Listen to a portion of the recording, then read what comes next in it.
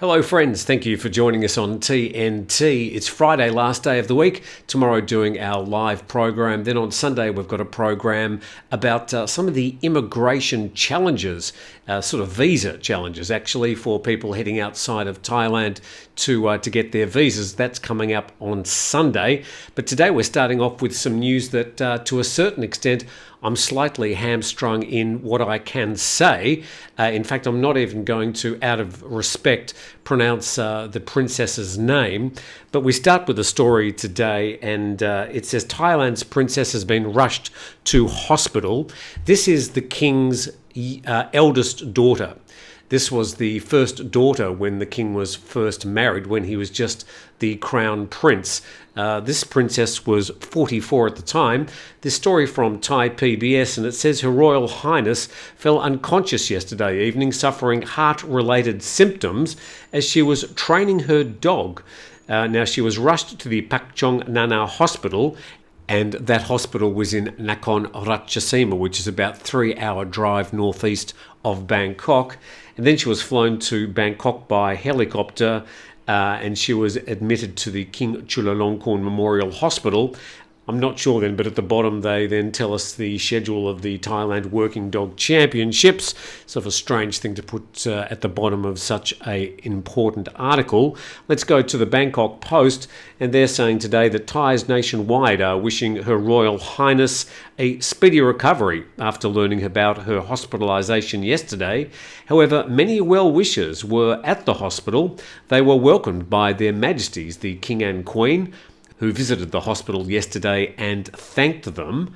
The Secretariat of the Sangha Supreme Council, that's the body that administrates all matters pertaining to Buddhism, monks and temples throughout Thailand, announced that all temples in Thailand and abroad would hold chanting sessions daily and wish the princess a speedy recovery.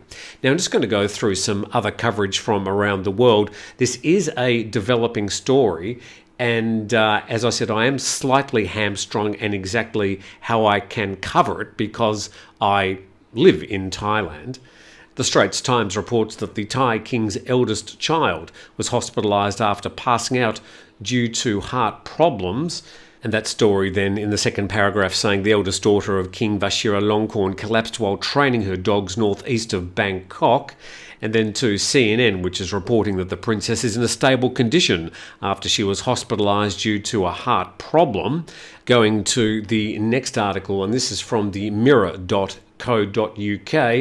and it leads with the headline, Thai princess in line to throne has devastating heart attack while out jogging, claiming a slightly different story that she was out jogging, whereas other stories saying that she was training her dogs at a dog show.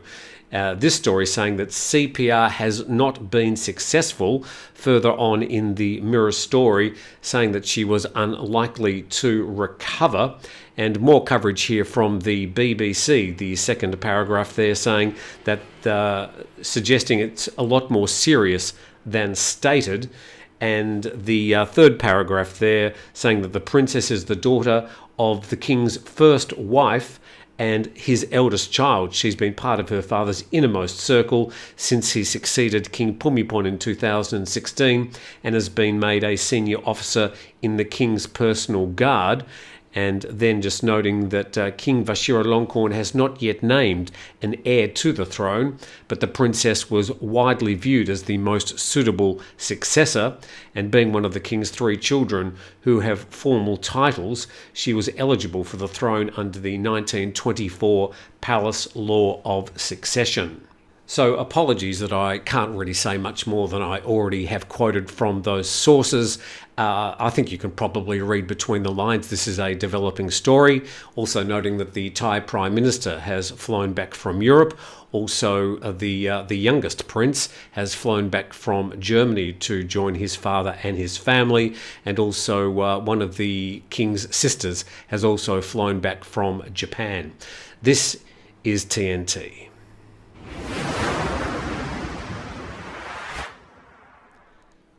TNT coming to you from my office, and thank you very much for joining us today. Just more on this ongoing story about the cannabis bill. Let the good times roll. Bangkok becomes Southeast Asia's weed Wild West. This story is from the Straits Times, and it's sort of indicative of the way the story is being reported outside of Thailand.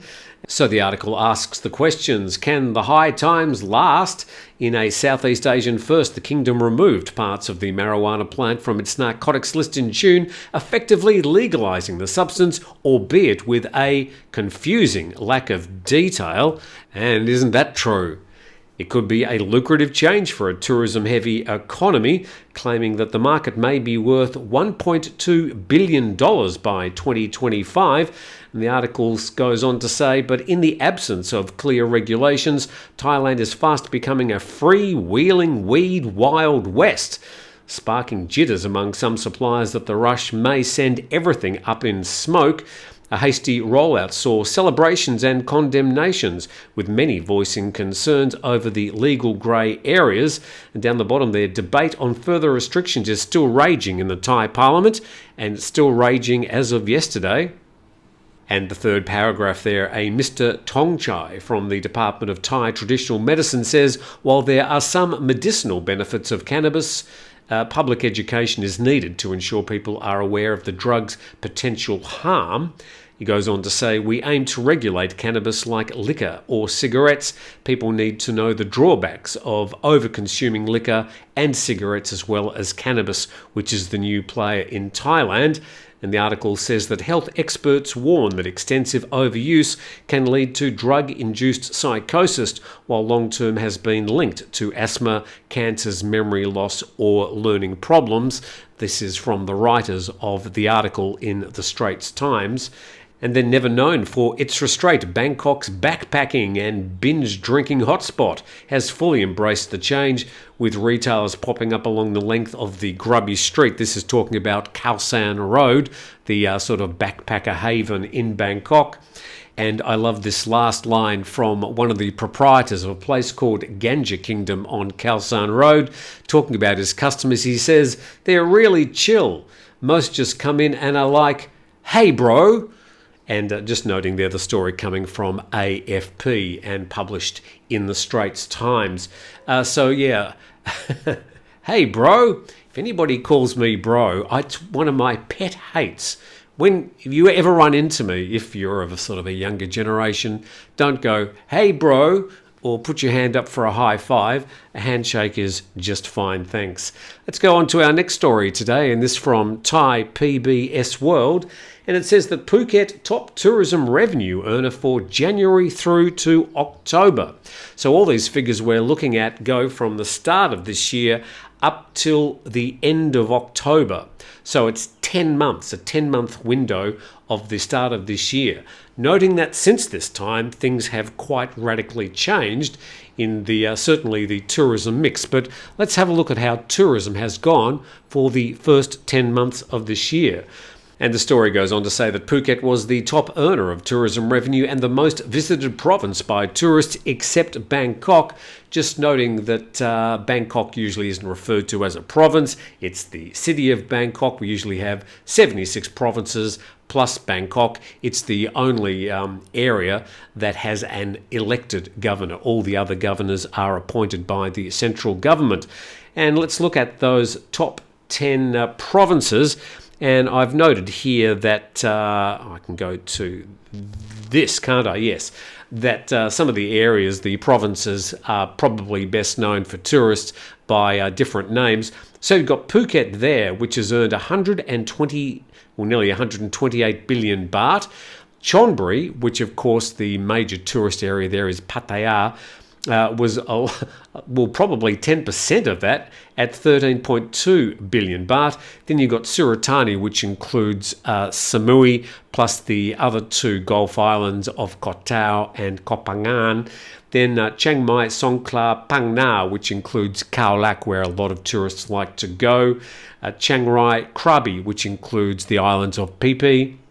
Koh Phi and Maya Bay, and then Prachuap Khiri Khan, which includes Hua Hin and Nong Khai. The 10 provinces most visited by foreign tourists were Phuket. Once again, this is the first 10 months of this year, and it had 2.3 million tourists. Then Chonburi, Suratani, you can read the numbers there. And let's now check the tourists by nationality. Again, remembering this is January to the end of October, and there's one notable exception in this list. The nationality that frequented Thailand the most were Malaysians, then Indians, Singaporeans, Lao, Vietnamese. Now, noting that, of course, the ones coming from Laos and Malaysia, quite a few of them are coming across the land borders. South Koreans, people from the UK, Americans, Cambodians, again, a lot of them coming across the borders, the land borders, and then Germans. Now, that situation has changed massively since the end of October, and now, by a long way, the most numerous nationality visiting Thailand are people from Russia. So a big change there in the tourism mix since those numbers were taken. But interesting article there from Thai PBS World, just noting the amounts of money that those provinces have made and where the tourists have been coming from for the first 10 months of this year. Let's go to a story now on ASEAN Now. Filthy sewage going into the sea in Jomtien. It's been happening for 3 years, claims the article. These stories come up from time to time. Living here in Phuket with so many beautiful beaches, we do note from time to time that we have these areas where black water, they like to call it, is making its way unfiltered into the sea. And the story goes on, well, there we are. There's a photo at Jomtien Beach of this black water making its way into the Gulf of Thailand. Black sewage was seeping into the sea, and it had been going on for so long that the locals have just got used to it, claims the article. 3 years, in fact, while their complaints had fallen on deaf ears.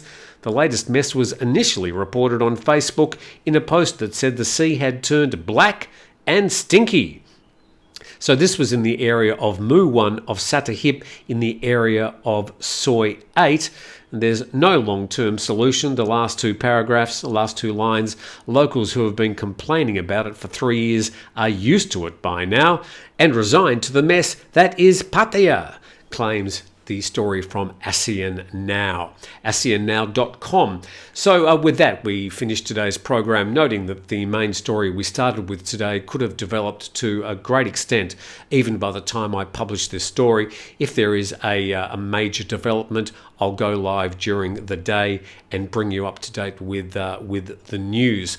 But I will be here live tomorrow morning, or not here, I'll probably be at Dean and DeLuca, because I do like their coffee and their pancakes. But from me on a Friday from TNT and the entire team, well, just me and the cats really. Thanks for watching.